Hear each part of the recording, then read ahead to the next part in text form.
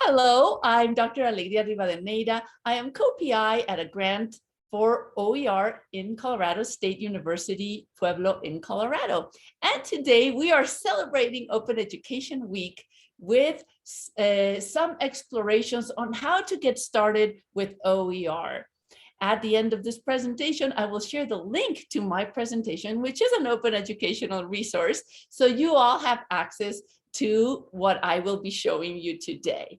So the first thing I'm going to do is thank the people who are attending today for coming over and helping me generate some good ideas. And I will be sharing this presentation with all of you, as I said, after the presentation is done. So the presentation today is called How to Become an OER Hero, because anybody who embarks on something like this is a hero in my mind. And this presentation itself is an OER. That is, it's a learning resource that you will have access to through a link. And the first page will be an index where you can actually click and it will take you to the different slides of things you may want to find out. What is OER? Why would you want to build OER? Where to start and where to find other OER that you can maybe adopt or adapt. We'll talk about publishing platforms, accessibility, which is something that scares people a little bit because we want to make sure that we do our OER accessible. Copyright, fair use, and CC licenses, which is actually the scariest one because always we're afraid that we are going to use something that maybe we weren't allowed to. So we'll talk a little bit about that, how you would pick a license for when you put together your resource, how you would give attribution to those that you use, or how other people who use your stuff can give you attribution, where to find pictures. People always want to know where to find pictures. And last but not least, things to think about as you put things together. So are we ready to start? I hope we are. So the big first question is, what is OER? Because we hear this a lot, and it just stands for Open Educational Resource. And they're resources used in education that live in the public domain or have been released with an open license. And it allows whomever is using it to use it, adapt it, redistribute it with a few or no restrictions. And they are free of cost, which is something that is wonderful, especially when we're thinking about our students. So a lot of people ask me, so do I have to write a book to write an OER? But you don't, because OER is a resource. So that can be anything. It comes in many shapes and sizes. So people think of a book, but resources can be anything that you would use for education and that you want to license as open. So for example, a bank of test questions, worksheets, process sheets, booklets, single lessons on a topic, recordings, videos, even if you write a song and then you want everybody else to use it without having to pay you royalties, or even a handout or a drawing, anything that you are using for educational purposes and you want to allow others to use as well without breaking copyright. Here are a couple examples I wanted to give you. So here is a drawing I made of the narrative arc. There wasn't anything in Spanish, so I drew it. Now I am uploading this into the OER Commons, and anybody looking for this in Spanish can use it as long as they write this little thing down here. This image, Partes de una narración by Alegria Rivadeneira, is licensed CC by NCSA. And I'll tell you what that means here in a minute. So it's just a drawing. I already did an OER. Or it could be a handout. I wanted to show you this one. I used to write this policy about plagiarism in my class, and I thought, you know, other people might be able to benefit from this. So I wrote it a little prettier with learning objectives, a little conversation to have before they read it, and then little paragraphs about it, little discussion questions. What makes it an OER? This right here. At the end, I wrote this license that says, this work is by me and is licensed by a Creative Commons license. This means that if I give it to Yvonne or to Kim or to Alex, they can use it and just say, this came from Alegría Rivadeneira. But they are not breaking any copyrights. When we write something, every time we write it, if we don't say it's an open license, it is automatically copywritten. I know that a lot of people like to write copyright 2020 or whatever it may be, but the reality is, as soon as you finish a product and you put it out there into the world, it is de facto copywritten. So unless you put a CC license, anybody using your stuff is stealing it. And they could get in trouble if you decided to pursue it. Most of us don't. There are some exceptions called fair use, and I will tell you about them a little bit more. So let's share this, and you can do this in the chat. Have you ever created a learning resource for your students? Not a CC license, just have you ever written anything yourself, a process sheet, a little handout, something for your students to read and learn something in your class? And have you ever shared something that you created with another instructor? And how did that go? So let me know in the chat if you've done any of these things before.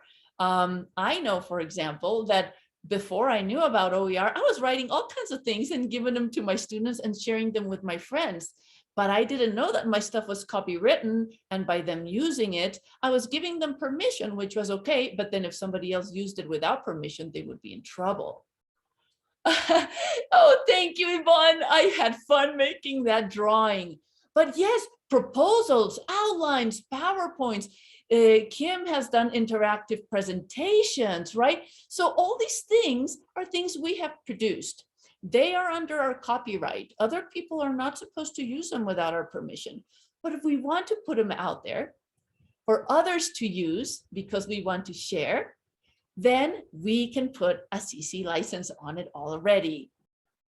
So why would we want to create OER? Why would we want to create a resource? Well, the big books especially, well, they save our students money, right? Because they don't have to buy those expensive books like Alex was telling us earlier with the psychology books.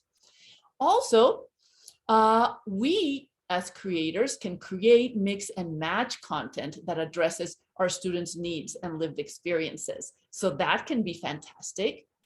And then we can promote equity, diversity, and inclusion.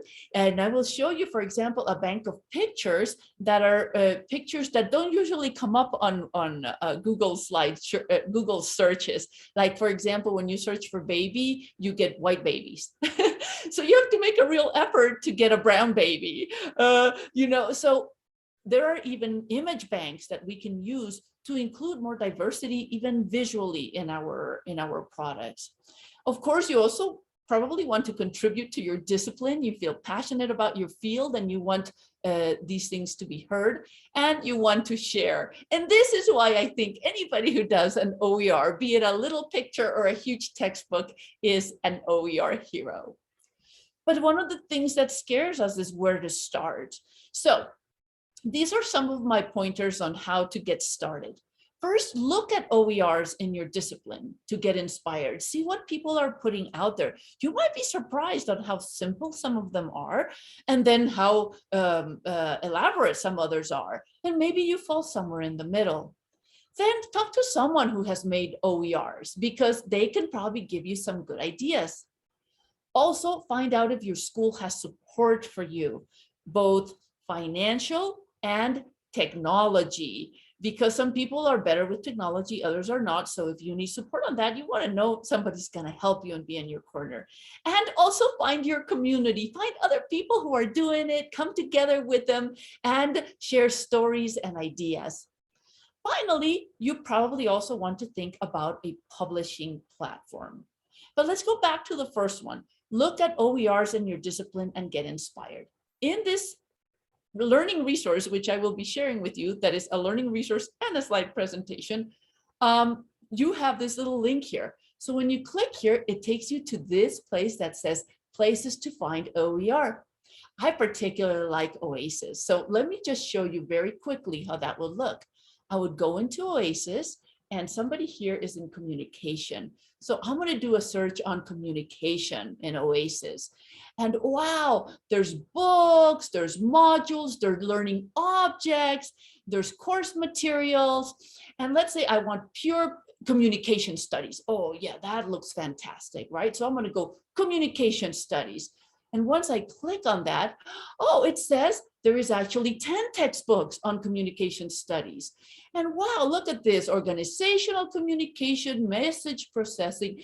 Wow, this is so interesting. Trends in digital and visual communication. Let's look at what that OER looks like. Somebody's put this out in Granite College.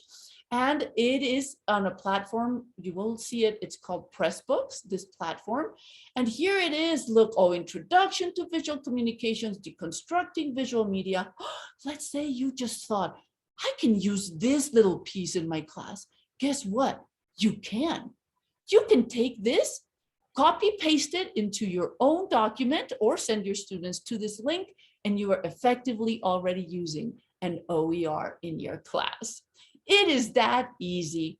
So here is our little searchable tool. You'll probably have some fun doing that. But a lot of people get a little scared when they hear a publishing platform. You just saw one. The one I told you is called Pressbooks. And it's basically like making a web page, but made especially for books that are OER. So why you want a publishing platform? Because one of the things that has to happen with OER is it needs to be something that you share publicly, that people have access to outside of just your students, so the general public. So it needs to generate a link. And there are these nice platforms that are very, very fancy, like Pressbooks. There's another one, a web page building program called Webpress. There are Edtechbooks, and Manifold are just 4 examples of platforms where you can build your OER. And a lot of people sometimes get intimidated. I know I was intimidated at first about this. So a lot of us go, wait, I'm not techie. I don't know how to do this, but it's okay. I want you to take a breath and think, it just needs to be in a shareable form. It needs to generate a link. So when you're thinking about how you're going to do that, first you can look at what kind of help your school offers. Maybe something that you can start small. It doesn't need to be a fancy Pressbooks book. Or ask yourself, do you know how to use Google Drive or any other cloud-based drive where documents generate links? Because if you do, guess what? You could make it that simple. And I'm going to show you an example right now. Here is one that I am doing for one of my books. I'm also creating it in a more fancy format, but I wanted to show you. This is a Google Doc. It has my license. It has a pretty picture I made, which, by the way, I'm saying how it got made and whose pictures I'm using to make this picture, because that's the nice etiquette. And then this is my resource. Right here is just a Google Doc that then generates links to other Google Docs that have the information. As simple as that. So when my students click on this, then they will go to the page that talks about narration, and here is the funny drawing and everything else. My point being that you don't even need a fancy platform. If you can work on Google Docs, you can create quite a fancy OER that generates a link. All I will need to do is give my students this primary link, and then they will have access to all the content as I build it. Wow, right? Who would have thought it could be that easy? Well, I am here to tell you it is, so you do not need to be intimidated by that. Let's say you have a collection of resources, and you could put all those collections in one index page, and now it is publicly shareable. Something else that we do have to think when we are doing OER is accessibility. That is, for example, does a student who is visually impaired and would need really good color contrast, can she read what I did? If I have a student who absolutely cannot see, could she use a screen reader to read my resource? Wow, this is something we don't think about too often. And I know that even old textbooks didn't used to have that, and they would hire people. I know Alex was a reader for people who needed readers of textbooks back in the day. So back then we just had student workers who would read the textbooks to other students. But now we also have screen readers. So we want to make sure that what we do it follows some accessibility codes. Here is a toolkit where you will be able to link, and when it opens up, it has probably a lot more than you ever wanted to know, but it talks about what is assistive technology, the diversity in your audience, creating accessible digital content. So that is something that you can come back and revisit when you are ready to look at it. For now, I just want you to keep in the back of your head that accessibility is something you want to integrate into your OER. And I want to tell you something very neat, which is that Google Docs already come with accessibility built in. That is, Google Docs do have readers, and you can just let it know if you are writing in English or in Spanish, and it will read it to somebody else. So I'm a big fan of creating very simple OER in Google Docs because it comes with accessibility, and it's just so easy for everybody to use and update and add and change and do everything that we want to do. So let's say that you've decided to write a textbook, or as I would call it, a collection of resources. And the reason I want to say that is because, for example, this book that I'm writing that I had shown you is really a group of units. So each one of these can be used individually. If somebody wants to tell a student how to write a narration, they don't have to read this whole book. They can just give them this little unit. So in a way, this is a collection of resources that I am created, more than a book that follows a linear fashion. But let's say then that you want to create something, a larger project, a textbook, a collection of resources.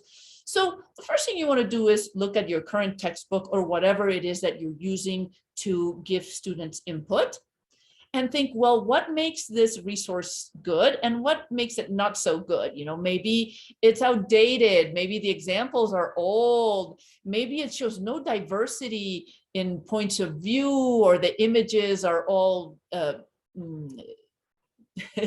all of a certain group of people. And so you're thinking, no, I want to at least update the images or something different. A lot of times when we're using textbooks, this is what happens. We go like, oh, I like this textbook, but I would change this, I would change that. Guess what? You can probably do it. Then you can imagine your book or resources. What pieces would it have? And what would be your pedagogical approach? Are you more of a hands-on person? Would you put a lot of project-based learning in there? Or are you more of a lecture person? Would you put a lot of TED Talks in there? Or do you like a combination? These would be pedagogical approaches that you could manipulate and put into your resource as you see fit and whatever you think your students need. And then probably your third step would be to create a rough outline, right? And again, this little thing started as an outline. This is an outline, and now I'm just filling in the blanks. All right, so now I would like to hear, what books and resources are you using right now in your classes? And what do you like about them? And what do you wish was different in your resources? Let me see, and you can just drop that in the chat so I can get an idea of what it is that you would be changing or doing. And as you do that, I'm going to tell you just a little story about one of the resources I'm writing right now.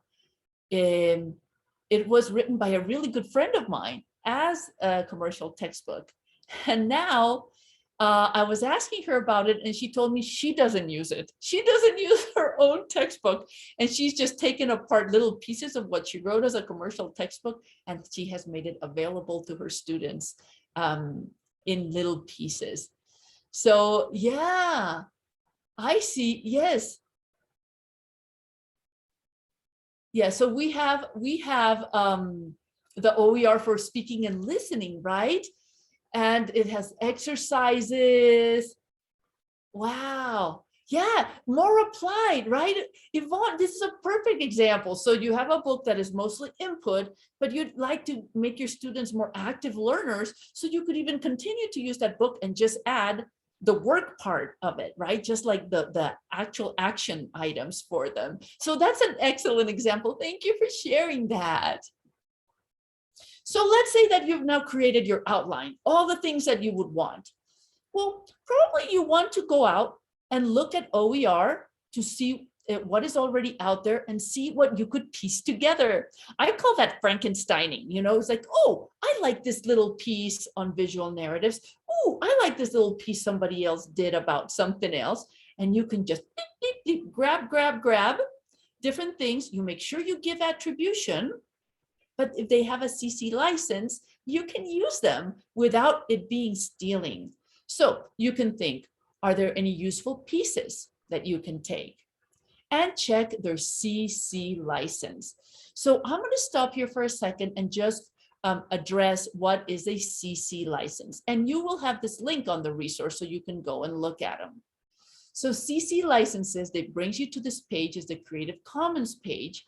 And it tells you all these little funny drawings and what they mean. For example, this one means anybody can use the stuff I do and use it however they like, even to make money out of it. And all they have to do is give me attribution. In other words, say that I was the original creator. This other one down here is a very interesting one to me. This one says, I'm giving this an open license. Anybody can use all of it, pieces of it, translate it to another language. You can do whatever you want. But when you have your product, you cannot make money out of it. No money making. So that's a different one, right? Here's the one that I like to use just because I figure if I want it to be free, I want anything that comes out of the stuff I did, I want it to be free too. And that is, it's an open license, a CC license. You have to give me attribution. That's what the little person means. You cannot make money out of it because if I'm giving it for free, you better give it for free. And the last one is share alike. And that means when you share it, when you share your new product, you have to share under the same license, which means you'll have to make it open for others to use. You cannot make money, and then they have to share it alike. And then there's some others, and you can take your own time in exploring these as well. But there's another group of things that people can use. And those are materials that you may want to use that don't have an open license. Oh, and then how do you use them without stealing? Well, first, they're the ones which might not be under copyright protection. When we put something out into the world, it is immediately copywritten. However, after a certain amount of years, the copyright expires and then it belongs to the people. It's part of everybody's possessions. This gets really tricky. A lot of Disney characters are reaching the copyright moment where then they will become everybody else's. So we'll see how that happens. But stuff that is from a really, really long time ago is probably already in the public domain. The public domain is stuff that the copyright already expired because it's really old. So that's one. The second one, things that are newer, could fall under fair use. I'm not going to go into fair use a whole lot, but I've given you a link. When you open fair use here, it takes you to this great resource that shows you the different uses of that fall under fair use. Education is very often fair use. That is, if something was produced for one with an aim in mind, and then you take it and use it for education, a little part of it, then it might fall under fair use. And this is something that whenever you speak with the lawyers, and I'm certainly not one, they make sure that they explain to you that there are reasons why you can use it. For example, for illustrative purposes. If you want to talk about the Mona Lisa, which is actually probably now in the public domain, but if you want to talk about the Mona Lisa and you put the Mona Lisa's pictures there and you want your students to analyze the Mona Lisa, then this is the image that you have to use. It is for educational purposes. and there is no other image that you could use, because the educational purpose of it is that people learn about the Mona Lisa and analyze it. So these are ways that we can tackle fair use in education. This is a huge field. I'm not going to get into it, but you do have the resource, and we can always talk about it more if this is something that you are concerned with. So let's say now that you have all the pieces in your head, you know how you're going to do this, or you think you know. So the first thing you want to do is you want to refine your outline. So just have all your outline ready so you can make sure that you're not going crazy, because we were talking about this earlier, right? That a lot of times it's just overwhelming. All of a sudden, the world is my oyster, and I could write a million books about this, right? So refining it and taming the beast becomes really, really important.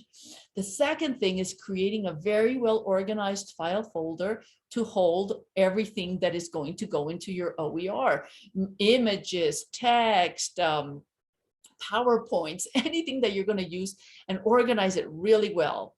So your original writings, if you're borrowing things from other people, bring them into that drive, keep everything together, well marked. Other pieces that you can use, images, anything else, you just keep it all in one place. I am telling you this from experience, because it's so hard to find afterwards. And then if you're using anything with a CC license, that is with the open license we were talking about, you want to make sure you tassel. What does tassel mean?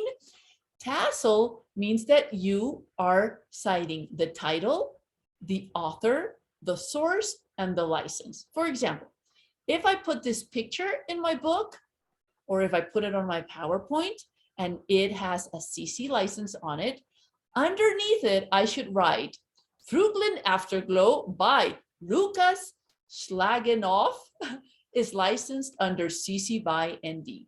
Where do you find this? Usually when you go to the image repositories, you can get this information, and I'm going to show you that in a minute. But this is what you want to do. You want to give attribution. This is to a picture, but if you're using somebody else's book, then you would say sections of this book have been used in my chapter. The book by so-and-so called such and such under such and such license. So you want to make sure you're giving attribution. That is the only thing that people who do OER are asking you to do. And then when you have your own OER, you'll be asking others as well to give you attribution and say, nice, Kim Pluscota created this for me, and I want to make sure I give her attribution. And that is the way that the system works. All right, so now let's say that you are creating some original material, things that came out of your mind, like that little drawing that I used, that I made. Well, you have to know that if you put a CC license on it, you are giving others the right to use it, adopt it, and adapt it. So if somebody wanted to scratch out the little girl and put an alien insect in there, they could do that. I'm giving them permission to do that. You want to make sure that the format, when you use the format, especially if it's written, there's something that it can be easily transferable. So when you're using something like Word or Google Docs, you want to use headings, subheadings, clean text, so then it transfers better, and also have backups, because you don't want to lose any of your stuff. So these are things that you want to be thinking when you're creating your own materials. Now let's talk about something that people really like to talk about, which is using pictures. Most of us go online and we just kind of copy images and put them on our slides. We put them on handouts for our students, sometimes just to make it pretty, not with an illustrative purpose like the Mona Lisa I was talking about earlier. And so we just do that, just for the prettiness of the presentation. But we don't know if those images have a CC license.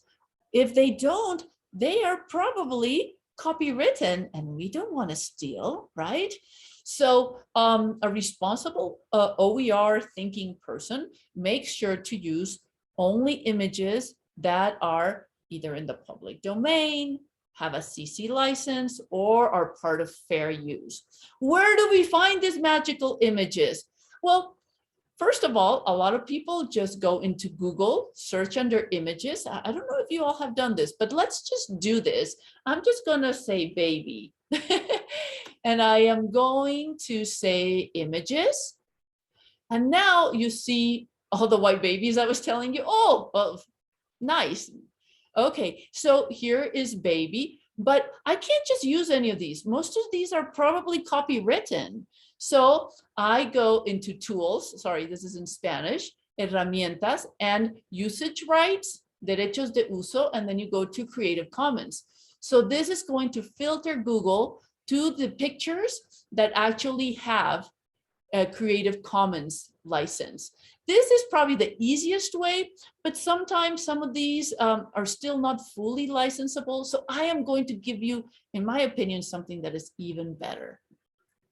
And that is on slide number 18 of your resource. And these are places that hold images that are royalty-free or part of Creative Commons.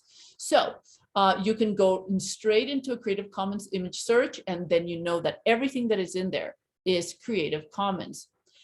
Also in this group of search engines or resources, I have included the third one here, diversity and inclusion collections. I created this resource, which by the way, is also an openly licensed resource. So you can use it in your classes if you want to give it to your own students, with links to other types of photography that address diversity and inclusion. For example, disabled and here.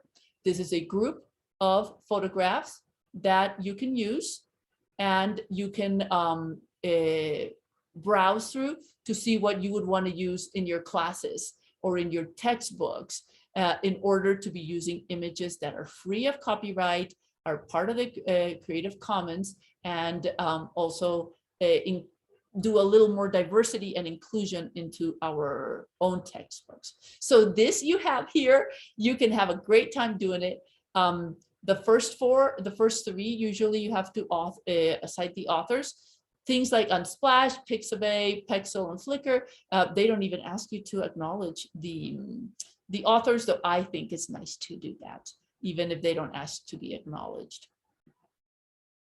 So let's say now you've put something together, you have your images, and then you're trying to decide how you want to share. Remember those little licenses that I was talking about? So when you're thinking about these licenses, you can think about how you want to share them. And well, there's several ways that you can do it. And here at the bottom, it's a tool that helps you decide. So I'm just going to show you the tool. It's pretty cool. It's on beta right now, but here it tells you, do you know which license you want to use? Let's say I say, yeah, no, I don't. Next, do you want to be attributed for your work? You know, there's people who ask not to, and you say, yes, I do. And you hit next. Do you want other people to use it commercially? No, I don't. And then see over here, it starts telling you how you want to do it. So this is a great little tool to pick your license. So now we're getting towards the end. As you're putting all of this together, this is what I recommend that you do. First of all, keep track of all the information from borrowed materials so you can give attribution. So whether it's pieces of other textbooks, whether it's pictures that you've pulled in, whether it's a piece of music, anything that you may be using, make sure that you keep good records, because you would be surprised how hard it is to remember where you got that picture after you forgot to share where it came from at the beginning or to record. And it has happened to me. So I tell you, it's no fun. Keep good records.